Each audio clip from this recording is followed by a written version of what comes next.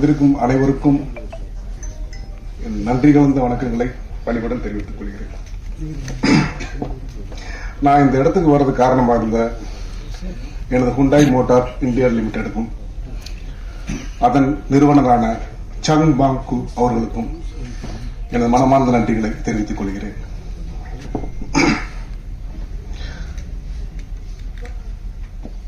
இப்ப இந்த மேடையில நான் நிக்கிறது காரணமே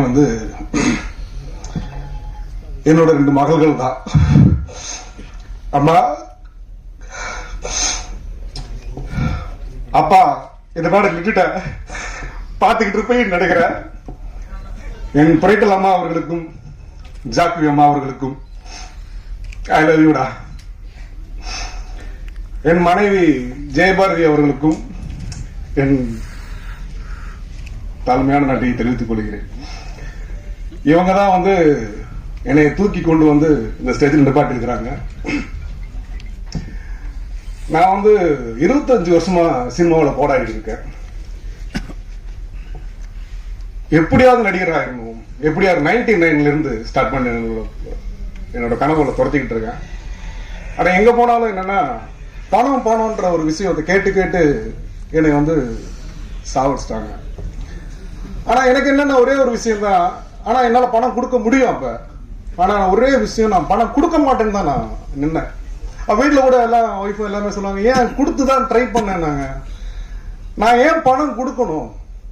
பணம் நான் ஃப்ரீயா நடிக்கிறேன், எல்லா காஸ்டியூம்ஸ் நான் வாங்கிக்கிறேன், எனக்கு செலவு பண்ண வேணாம், எல்லா சாப்பாடு செலவும் நான் பாத்துக்கிறேன், நான் ஃப்ரீயா நடிச்சு தரேன், எனக்கு வாய்ப்பு மட்டும் கொடுத்தா போதும்.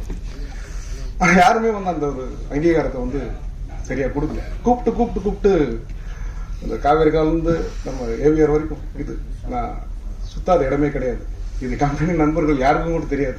டெய்லி ஷிஃப்ட் முடிஞ்சு சாயந்தரம் ஆச்சுன்னா கிளம்பிங்க வந்துடுவேன், நண்பர்களை பார்ப்பேன். எங்கேயுமே எனக்கு அந்த வாய்ப்புகள் கிடைக்கல. சரி, ஓகே, நானும் சுத்தி பார்த்தேன், அந்த வாய்ப்புகள் கிடைக்கவே இல்லை. ஒரு சூழ்நிலை மன உளைச்சல் பயங்கரமாகி போதுட்டா, இது மேல நம்மளால உடம்பாலையும் என்னால் ஒர்க் பண்ண முடியல, மனசாலையும் ஒன்றும் பண்ண முடியலன்னு சொல்லிட்டு கிளம்பிடுவோம் போதுன்னு சொல்லிட்டு கம்பெனில இருந்து விஆர்எஸ் வாங்கிட்டு வெளியே வந்துட்டு ஒரு சூழ்நிலை. சரி, ஓகே, ஊருக்கு கிளம்ப போகலாம், எல்லாம் ஃபேமிலியெல்லாம் ஊரில் செட்டில் பண்ணிட்டு போகலான்னு ஒரு பிளான் பண்ணும்போது திடீர்னு ஒரு சூழ்நிலை, ஏதோ ஒரு நண்பர்கள் வராங்க, பழகுறாங்க, ஒரு ஷார்ட் ஃபிலிம் எடுக்கிறாங்க. நம்ம ஏன் ஒரு சின்ன படம் எடுக்கக்கூடாதுன்றாங்க. சரி, எவ்வளவுக்கு எடுக்கலாம்? ஒரு 15 லட்சம் கூட எடுக்கலாம். அப்போ நான் ஒரு கணக்கு பண்ணுறேன். சரி, ஓகே, இப்போ இந்த 15 லட்சம் நம்ம ஃபேமிலியை ஸ்டபிள் பண்ணிடலாம், ஒன்றும் பிரச்சனை கிடையாது அப்படின்னு சொல்லிட்டு அந்த 15 லட்சத்துக்கான ப்ரொடக்ஷனை ஸ்டார்ட் பண்ணுறேன். எனக்கு ப்ரொடக்ஷன் பற்றி பெருசாக நாலேஜ் இல்லை. ஸ்டார்ட் பண்ணி உள்ளே இறங்கிட்டேன், வெளியே வந்துட்டேன். அப்புறம் தான் அதோட வழிகள் தெரிய ஆரம்பிக்குது. 15 லட்சத்துக்குள்ள படம் பண்ண முடியாது. அது காலை வச்சுட்டோம், பின் வாங்க மாட்டேன். அது என்னோட சின்ன வயசுல பழக்கம். சரிங்க, ஒவ்வொன்னா குவாலிட்டி. இந்த கலைத்தாய் அந்த யாகத்துல கலைத்தாயோட யாகத்துல எனக்கு எல்லாத்தையுமே போட்டேன். நான் வாழ்க்கையில எல்லாத்தையுமே கொடுத்துட்டேன். இந்த கொடுத்துட்டு என்ன பண்ண போறேன்னு தெரியல லைஃப்ல. அப்பயும் என் மகள்கள் அப்பா விடுமா பாத்துக்கலாம், அம்மா என்னம்மா 15 லட்சம்லாம் சப்போஸ் நம்மளை ஏத்துக்கிறான்னு பிரச்சனை இல்லை, 15 லட்சம் படம் போடுறோம், நம்மளை ஹீரோவா ஏத்துக்கிறான்னு பிரச்சனை கிடையாது அப்படின்னு சொல்லிட்டு படம் ஓடல. ஓகே, 15 லட்சம் நம்ம சேஃப். அப்புறம் ஒன்னா போட மொத்தமா போட்டோம். அம்மா என்னம்மா என்னால குவாலிட்டியில காம்ப்ரமைஸ் ஆகல சின்ன வயசுல இருந்து. அம்மா இல்லம்மா மொத்தமா போட்டேன், என்னம்மா நம்ம கிட்ட அப்பா விடுப்பா பாத்துக்கலாம், கீழே இருந்தாரு மேல வந்தோம், நீ நில்லுப்பா, இந்த மேடையில ஒரு நாள் நீ பேசுவப்பா, அதனால பாக்குறப்பா அப்படி. அம்மா திரும்பவும் சொல்றேம்மா, ஐ லவ் யூப்பா. ஏன்னா எனக்கு சினிமா பின்னாடி கிடையாது, அரசியல் பின்னாடி கிடையாது, பணம் கிடையாது. ஒரு கடைக்கோடியில கூடலூர்னு ஒரு ஊர்ல இட்லி சுட்டு வித்துக்கிட்டு இருக்கிற ஒரு அம்மாவோட பையன் தான் அவன். இன்னைக்கு ஒரு நடிகனா நிக்கிறன்றது என்னால நம்பவே முடியல. எங்க வீட்டுல எல்லாரும் இங்க நிறைய பேர் கேட்டாங்க, என் வீட்டுல கூப்பிடலன்னு. என் மகளுக்கு ஒரே வாசம் தான், நான் தியேட்டர்ல உன்னை பார்க்கணும், அது வரைக்கும் உன்னை பார்க்க மாட்டேன். சரிம்மா அப்படின்னு சொல்லிட்டு இது பண்ணேன். அதே மாதிரி இந்த படத்துல ஒர்க் பண்ண எல்லா நண்பர்களுக்கும், ஏன்னா வள்ளிகள் நிறைய சந்திச்சாலும் நிறைய நண்பர்கள் எனக்கு உதவுனாங்க. சுவாணி செந்தில் சார், டைகர் சக்கரவர்த்தி சார், நிறைய பேர் எல்லாருமே அதே மாதிரி ஒர்க் பண்ண எல்லாருமே வந்து பயங்கரமான ஒரு ஒர்க்கர்ஸ். ஏன்னா நான் என்ன நினைக்கிறேன்னா, இந்த சினிமாவில் வந்து பாத்தீங்கன்னா மேல இருக்கிறவங்க மேல வந்துகிட்டே இருக்கிறாங்க, பணம் வர சேர்றவங்க சேர்ந்துகிட்டே இருக்கிறாங்க. இந்த அடித்தட்டு மக்கள் கீழே ஒர்க் பண்றாங்கல்ல டெக்னீஷியன்ஸ், அந்த வழிகளை நான் பார்த்தவனா. ஏன்னா நான் ஒர்க் பண்ணதெல்லாம் ஓகே கிடையாதுங்க. இந்த லைட் மேன்ஸ் தூக்கிட்டு ஓடுறாங்க பாத்தீங்களா, சான்ஸே கிடையாது. Hats off to all technicians. ஏன்னா அவ்வளோ கஷ்டப்பட்டு ஒர்க் பண்ணும்போது அவங்களுக்கான ரெகக்னைசேஷன் பார்த்தீங்கன்னா அன்னைக்கான சம்பளம் தான். ஏன் அவங்களுக்கு வந்து எக்ஸ்ட்ரா பண்ண யாருமே மனசு வர மாட்டேங்குது. ஒரு லாபம் வருது, அந்த லாபத்திலேயே அவங்களுக்கு வந்து ஏதாவது பண்ணணும்னு தோண மாட்டேங்குது. இன்னைக்கு நான் என்ன சொன்னா, ஃபர்ஸ்ட் ஸ்டார்ட் பண்றேன் இந்த படத்தை.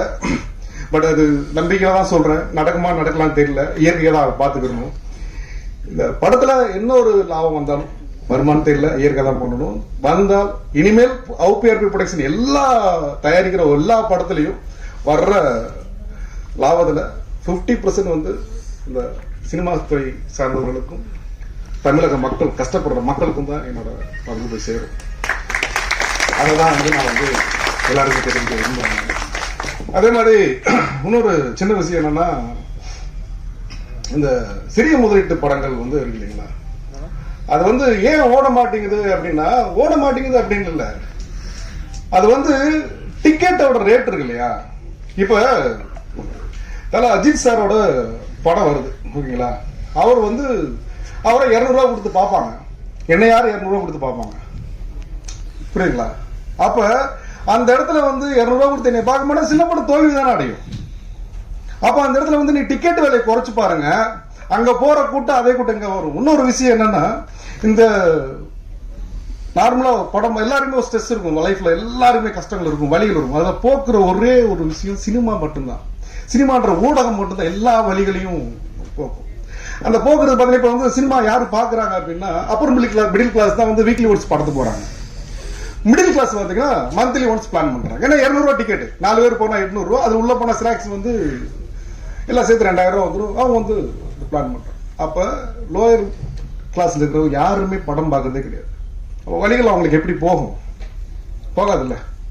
ஸோ முன்னாள் முதல்வர் மாண்புமிகு புரட்சித்தலைவி அம்மா அவர்கள் ஒரு திட்டம் முன்னாடி போடுறதா கேள்விப்பட்ட, அது கேன்சல் ஆச்சான்னு எனக்கு தெரியல.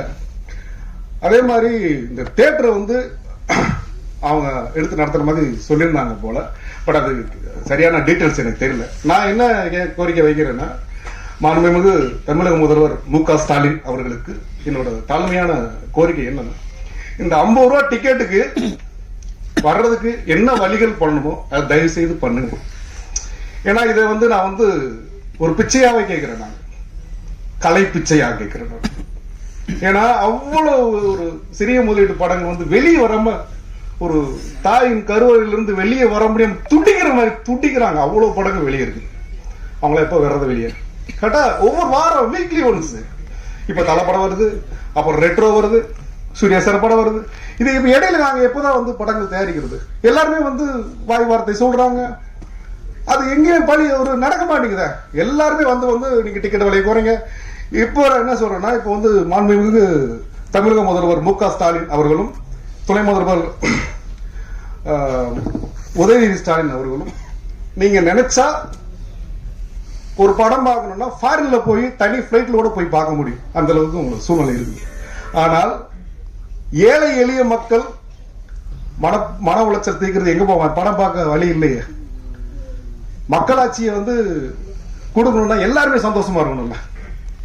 அதனால தயவு செஞ்சு இந்த டிக்கெட் விலையை வந்து நீங்க குறைக்கிறதுக்கான வழிகளை பாருங்க. ஏதாவது தவறா பேசியிருந்தா என்னை தயவு செய்து மன்னிச்சிருங்க. ஏன்னா வந்து இந்த குரல் அங்க கேட்குமா அப்படின்னு தெரியல. கேட்டு இதற்கு நீங்க வந்து பதில் அளிக்கணும் அப்படின்னு நினைக்கிறேன். அப்படி பதில் அளிச்சால் மட்டுமே இங்க மக்களாட்சி நடக்குதுன்னு ஒரு அர்த்தம்ன்றது மாதிரி நான் பதிவு போடுறேன் நான். ஏன்னா அவ்வளவு ஒரு சினிமா துறை வந்து ரொம்ப நலிவடைஞ்சிருக்குது. அது சினிமா துறை மேலும் மேலும் வரணும், கலை மேலும் வளர வேண்டும் என்று வாய்ப்பளித்த அனைவருக்கும் நன்றி கூறி விடைபெறுகிறேன். நன்றி.